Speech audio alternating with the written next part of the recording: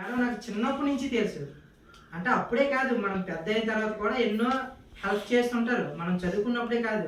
Sharada madam గారు Sharada madam గారు ఇప్పటికీ నాకు ఏ హెల్ప్ కావాలన్నా చేస్తారు. మాకు శారదా మేడం గారు మళ్ళీ సారాలు అందరూ అందరూ ఒకటే అని మళ్ళీ నాకు వేరే హరే కృష్ణ గ్రూప్ అని తర్వాత చాలానే తెలుసు సారాలు. అప్పుడు తెలిసింది అయితే మొత్తం అందరూ ఒకటే ఇదని. చాలా బాగా హెల్ప్ చేస్తారు మీ సార్స్. ఎందుకంటే తెలియదు, నాకే తెలిసిందనమాట. వాళ్ళు ఎవరో నాకు తెలియదు, పరిచయం లేదు. నాకే తెలిసింది సారాలు వీళ్ళ మొత్తం వీళ్ళందరూ ఒకటేనా అని. ఇప్పుడుతో కాదు, చాలా హెల్ప్ చేస్తారు నిజంగా సార్. నేను కూడా మరి సారాల దగ్గర మేడం గారు వాళ్ళ దగ్గర చదువుకొని వచ్చిన వాళ్ళే కదా, ఇప్పటికీ కూడా హెల్ప్గా ఉంటారు. సరే అది కూడా నేను ట్రస్ట్లు అయితే చాలా ఉన్నాయి మన చేతుల్లో ఉన్న ట్రస్ట్లు, కానీ కావాలనుకుంటారు చేస్తారు మనం అడిగితే. కాకపోతే దానికి కావాల్సిన అవుట్పుట్ వాళ్ళు చూపిస్తే మనకు చేస్తారు. నెక్స్ట్ ఏంటంటే మీరు ఈ సందర్భంగా చెప్పి ఊళ్ళో పిల్లలు బాగా పేదవాళ్ళు ఉంటే నా తరఫున ట్రస్ట్ ఉంది, వాళ్ళకి తీసుకొస్తాను. అమ్మాయి ఇప్పటి నుంచి అడుగుతుంది అమ్మాయి, అంటే మా క్లాస్మేట్ అమ్మాయి. వాళ్ళకి చాలా పెద్ద ట్రస్ట్ అండి. వాళ్ళు ఏంటంటే బాగా పేదవాళ్ళు సార్, బాగా సెక్రటరీ మీరు కూడా ఐడెంటిఫై చేయగలిగితే ఒక ముసలి వాళ్ళు అసలు ఎవరు వాళ్ళు పెన్షన్ కానీ ఎటువంటి అవకాశం లేదు, వీళ్ళకి జీవిత ఆధారం లేదన్న వాళ్ళకి వాళ్ళు వచ్చి చేస్తారు. వాళ్ళు ఫైనాన్షియల్గా చేస్తారు, నిత్యావసర వస్తువులు ఇవ్వడం కానీ ఇలాంటివి చేస్తారు. నేను అడిగింది నాకైతే ఐడెంటిఫై చేయలేను, ఎవరిని అడిగి చెప్పాలన్నా 100% చాలా ఇదిగా చేయాలి. అంటే ఒకరు చేస్తే ఇంకొకరు మనకి అంటే ఊళ్ళో అవగాహన ఉండాలి. మీలాంటిలో సెక్రటరీ సార్ లాంటిలో ఎవరో చేయగలిగితే మనకి అది పర్ఫెక్ట్గా చేయగలిగితేనే దానివల్ల ఉపయోగం. ఈ తరఫున మా తరఫున కూడా హామీ ఏంటంటే మీరు ఏ ట్రస్ట్ తరఫున ఏ ట్రస్ట్ని తీసుకురమ్మని తీసుకురాగలరు. శ్రీరామ చారిటబుల్ ట్రస్ట్ మీరు ఒకరోజు నైట్ టైం కట్టగలిగితే పిల్లలందరూ కూర్చోబెట్టి తీసుకొస్తాం, వాళ్ళు ఏదైనా చేస్తారు.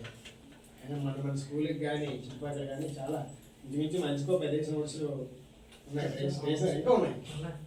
వాళ్ళకి సివిల్ యూనిఫామ్స్ మంచి మంచి క్వాలిటీ అవన్నీ కూడా మనం అంటే కార్యక్రమాలు చేయగలిగితే అంటే ఒకటేరా చదువుకొని మన ఊరి గురించి మన మీద మన పిల్లల కోసం ఆలోచించడం అవసరం ఆయనకు ఉందా లేదు.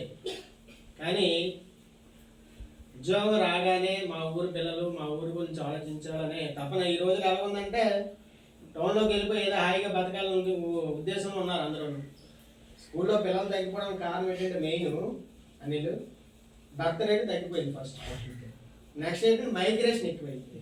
ఊళ్ళో ఎవరో ముసలి తప్పించి ఎవరు ఉండట్లేదు. పిల్లలందరూ కూడా ఉద్యోగ రీత్యా వైజాగ్కో లేదా ఇంకో దగ్గరకు మైగ్రేట్ అయిపోతుంది. కాబట్టి దాని దృష్టిలో కూడా పెట్టుకొని ప్రభుత్వ పాఠశాలలో చదివి కూడా ఆయన ఉన్నత స్థానాలు చేరుకోండి. మేమందరం అలా చదువుకునే వాళ్ళే కదా. కాబట్టి ప్రభుత్వ పాఠశాలని ఎవరు తక్కువ అంచనా వేయడానికి వీల్లేదు. అవకాశాన్ని అందిపుచ్చుకోవాలి. మ్యాథ్స్ చెప్తారు హోంవర్క్ ఈ 2 రోజులు నేను సెలవు వచ్చింది, చాలా మంది హోంవర్క్ రాయింది. ఇవన్నీ కూడా మనం ఇప్పటి నుంచి అలవాటు చేసుకోవాలి. ఓకేనా? మీ అందరి తరఫున కూడా అనిలానికి ధన్యవాదాలు. మా పాఠశాల నుంచి ఒక మీకు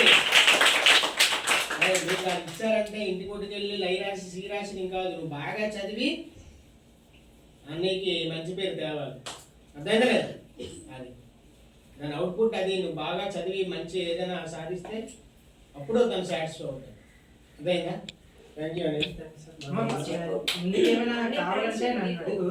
బుక్స్ అంటే నేను తెలియకపోతే కానీ తెలిసినా ఏ చేసినా సరే నేనే డైరెక్ట్ పట్టుకెళ్ళి ఇచ్చేస్తాను. ఏ బుక్స్ కావాలని ఏవైనా సరే ఎవరితో చెప్పినా పర్వాలేదమ్మా. చాలామంది ఉన్నారు, అన్నీలకు చెప్పినా సరే నాకు చెప్తారు. మీ ఇంటి ముందు హేమంత్ అని ఉన్నాడు కదా, ఆయనకి చెప్పినా నాకు చెప్తాడు. సరేనా? మర్చిపోక ఏవి కావాలన్నా అమ్మని ఇబ్బంది పెట్టక. అమ్మ నీకు అన్నీ కొంటుంది కదా, నీకు బొమ్మలు కావాలంటే బొమ్మలు కొంటుంది, తినడానికి ఏం కావాలంటే కొంటుంది కదా, అమ్మ కష్టపడుతుంది కదా. ఆ అమ్మని ఎప్పుడు ఇబ్బంది పెట్టకు.